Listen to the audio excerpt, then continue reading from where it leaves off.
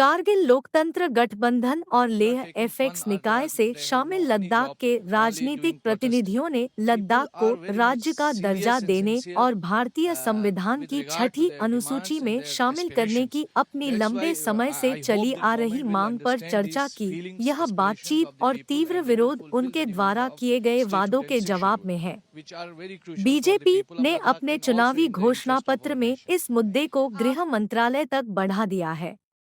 सार्थक चर्चा और एक उपसमिति के गठन के कारण खराब मौसम की स्थिति के बावजूद लद्दाख के लोग अपनी मांगों के लिए जोरदार अभियान चला रहे हैं। चुनाव इस चर्चा में तात्कालिकता की भावना व्याप्त है। किसी भी अधूरे वादे से क्षेत्रीय आंदोलन को बढ़ावा मिलेगा। भविष्य सरकारी कार्रवाई और इस बैठक के समाधान पर निर्भर करता है, जिसके परिणामस्वरूप राष्ट्र और लद्दाख के लोगों के लिए महत्वपूर्ण बदलाव हो सकते हैं।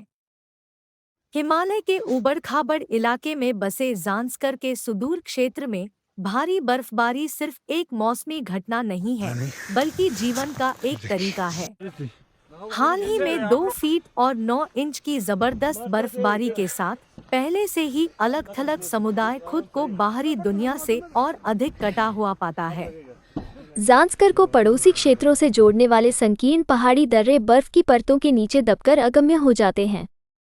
एक समय हलचल भरे बाजार, जहां स्थानीय लोग सामान का व्यापार करने और मेलजोल बढ़ाने के लिए इकट्ठा होते थे, अब वीरान पड़े हैं। व्यापार और बातचीत की सामान्य आवाज़ों की जगह सर्दियों की भयानक खामोशी ने ले ली है।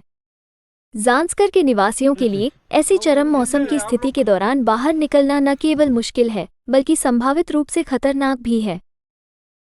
भारी बर्फबारी से उत्पन्न चुनौतियों के बावजूद ज़ांस्कर के लोग आत्मनिर्भरता से अछूते नहीं हैं। सर्दियों की शुरुआत से पहले की गई पर्याप्त तैयारियों के साथ वे सबसे गंभीर परिस्थितियों को भी सहन करने के लिए तैयार हैं।